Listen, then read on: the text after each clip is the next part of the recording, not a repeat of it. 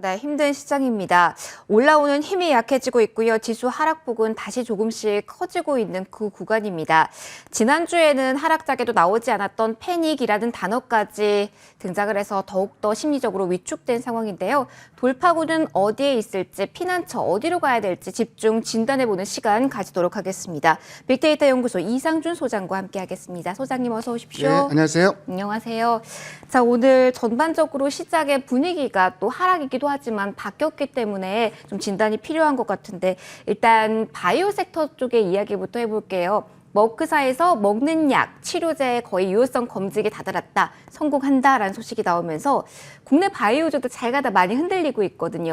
아직까지 국내 관련주에 대한 관심이 유효한 구간인지 이것부터 좀 여쭤볼게요. 잘 생각해 볼 부분이 우리 네. 바이오주는 이 영향으로 먹는 치료제 영향으로 대부분 종목이 급락을 하고 있어요. 네. 사실 뭐 게임 체인저가 된다고 얘기를 하는데 두 가지 관점에서 볼 수 있는 거죠. 먼저 첫 번째는 백신이라든지 이런 쪽이 이제는 약발이 떨어졌다 좀 이런 상황으로 좀 가고 있고 네. 그러다 보니까 CMO 업체들이 일단 뭐 매물 폭탄을 맞는 격이고 두 번째로 이게 고민이에요. 우리나라 먹는 치료제 관련해서는 백신은 그래도 내년에 나올 수 있겠지. SK바이오센스 이런 얘기가 있었는데 너무 먼 얘기란 얘기죠. 그런데 오늘 다루고 싶은 얘기는 결국은 그 먹는 치료제라는 거는 게임 체인저가 될 수 있기 때문에 네. 지금은 사실은 너무 악재가 많아요. 사실 주말에 머크사 얘기 나와갖고 이제 조금 되나 보다 싶었는데 월요일날 갑자기 헝다 거래 중단 얘기가 나오면서 이거 좀 어떻게 될까 그랬는데 미국 시장이 영향을 안 받다가 또 왜 페이스북은 사고를 칩니까? 그래서 걔들이 막 급락하고 대형 기술주가 급락하니까 시장이 그 이외에도 악재들이 너무 많아요.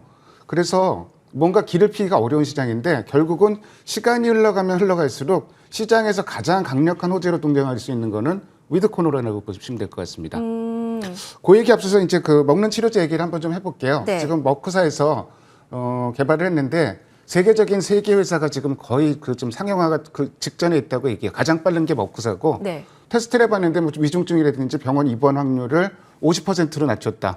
표본 수는 많지 않았지만 위약그룹이랑 비교해서 단 한 명도 사망자가 없었다. 그러니까 시장에서 이거 뭐 되는 게 아니냐 이렇게 얘기를 하는데 네. 그게 중요한 게 아니고 머크사 말고도 두 개 회사가 거의 지금 상용화 단계까지 와 있다는 점이에요. 그러면 국내에서 백신 쪽이나 아니면 치료제 개발하고 업체들도 많지 않습니까? 네. 이런 업체들의 지금까지의 강한 흐름은 이제 멈출 수밖에 없는 상황인 건가요? 멈춘다고 봐야 되는데 네. 근데 문제는 너무 급하게 많이 뺐기 때문에 네네. 낙폭에 따른 기회는 생기겠지만 다른 모멘텀 자체는 좀 생기기가 좀 어렵다고 봐야 되죠. 네네. 그래서 지금 개발하고 있는 회사는 이제 세 개 회사인데요. 지금 머크사가 개발하고 있고 화이자가 임상 2상, 3상을 동시에 진행하고 있고요.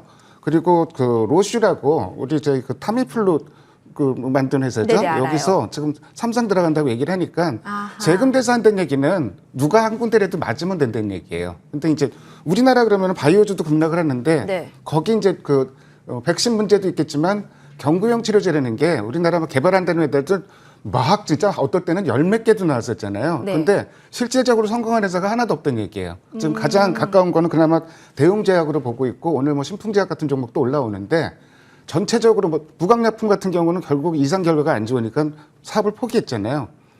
너무 현실적으로 좀 그 단기간 안에 상용화 시키기가 어렵고 또 문제가 이런 거예요. 우리나라 경구용 치료제를 개발했던 회사들이 신물질을 만든 게 아니라 기존 약품들 있잖아요. 네. 이 중에서 여기 맞는 걸 찾아본 거예요. 근데 한계가 있을 맞으면은 딱 수밖에 다행이죠. 없네요. 타미플루가 사실 그랬던 예였는데 근데 그게 확률적으로 맞추기가 굉장히 어렵죠. 아하. 그리고 더더군다나 우리나라 이제 이런 분위기면은 머크 관련주를 했고 쫙 올라올 텐데 대표적으로 녹십자급이라든지 이렇게 올라올 텐데 그 부분도 영향이 없고 네.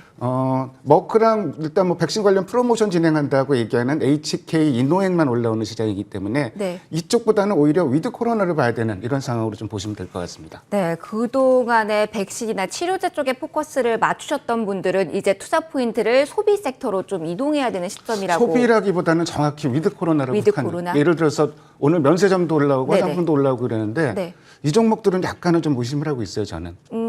의심을 하고 있다라고 말씀해 네. 주셨으니까 좀 선별적인 투자가 이 섹터 내에서도 중요할 것 같은데 그럼 일단 투심은 이쪽으로 이동을 했습니다. 네. 어느 쪽인가요? 위드 코로나 관련해서 지금 네. 상황이 어느 정도인지 한번 좀 상황을 보는데 네. 입국자 수 그래프를 제가 잠깐 그려봤어요. 8월 우리나라 국내 입국자 수로 그래프를 그려봤는데 8월 달이 지난 8월에 비해서 40몇 %가 늘어났다고 얘기를 해요.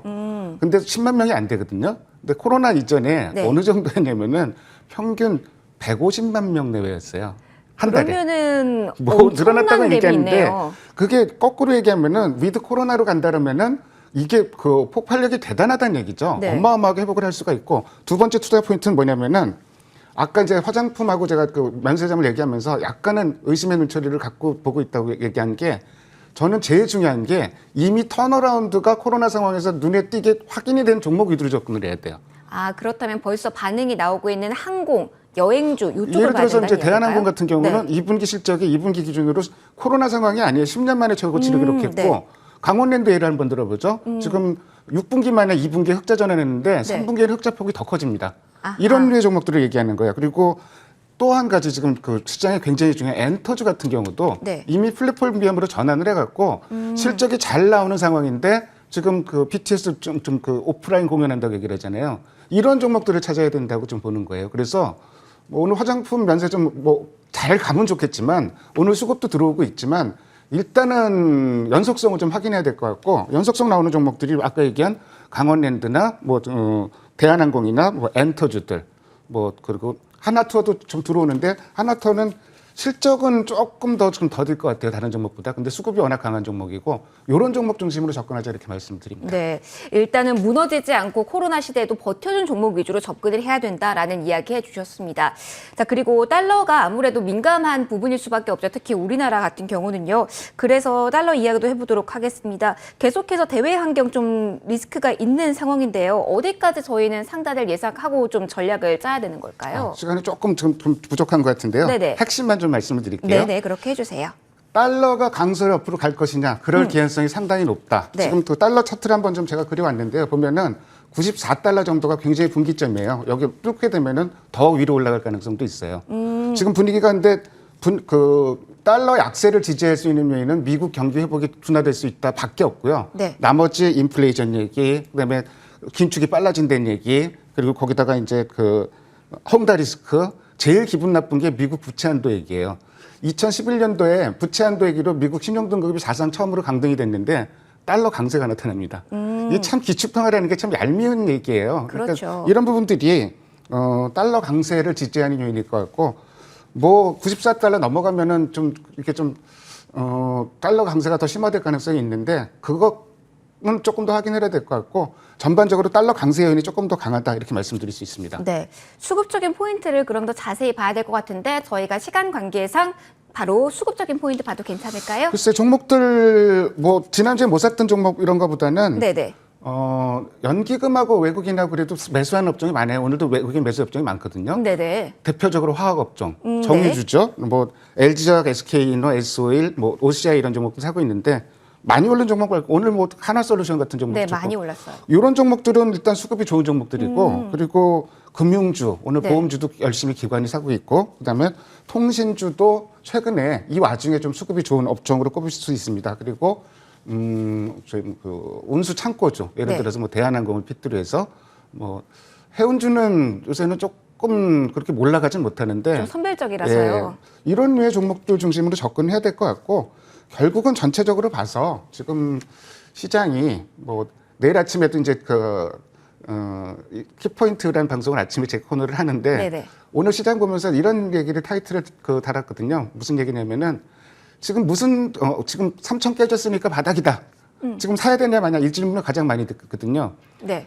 심지어는 삼성전자 사야 되느냐 이 얘기를 가장 많이 듣는데 지금 저는 바닥이 아직 확인됐다고 보이진 않아요. 그러니까 더 3천을 가지기 과정이 깨졌는데 필요하다. 아직은 바닥을 확인하는 어떤 신호들을 포착을 할 필요가 있을 것 같고 그렇다면은 지금은 언제 사야 되느냐가 중요한 게 아니라 어떤 종목을 사야 되느냐가 중요한 타이밍이고 가장 관심은 어디에 저 두세요? 위드 코로나 좀 계속 얘기해서 거듭해서 얘기한 종목들이 특히 한 2, 3주 전부터 엔터주 좀 강도 높게 관심이 필요하다 이렇게 얘기를 하고 있는데 네. 이런 류의 종목들이 지수상으로도 영향이 별로 적고 네. 이 장에서 조금 살아남을 수 있는 근데 이런 종목들 포인트는 반드시 2분기 내지 3분기에 턴어라운드가 이미 확인됐거나 될 종목들 중심으로 접근을 해야 된다. 앞으로 먼 미래 얘기가 아니라 실제로 턴어라운드가 된 종목들 중심으로 접근하면은 이 험한 장에서 그래도 조금 살아남을 수 있는 전략이 되지 않을까 이렇게 보고 있습니다. 네, 실적이 먼저 화답해주는 쪽을 바라봐야 된다라는 이야기까지 함께해 주셨습니다. 지금까지 빅데이터 연구소 이상준 소장과 함께했습니다. 소장님 고맙습니다. 네, 감사합니다.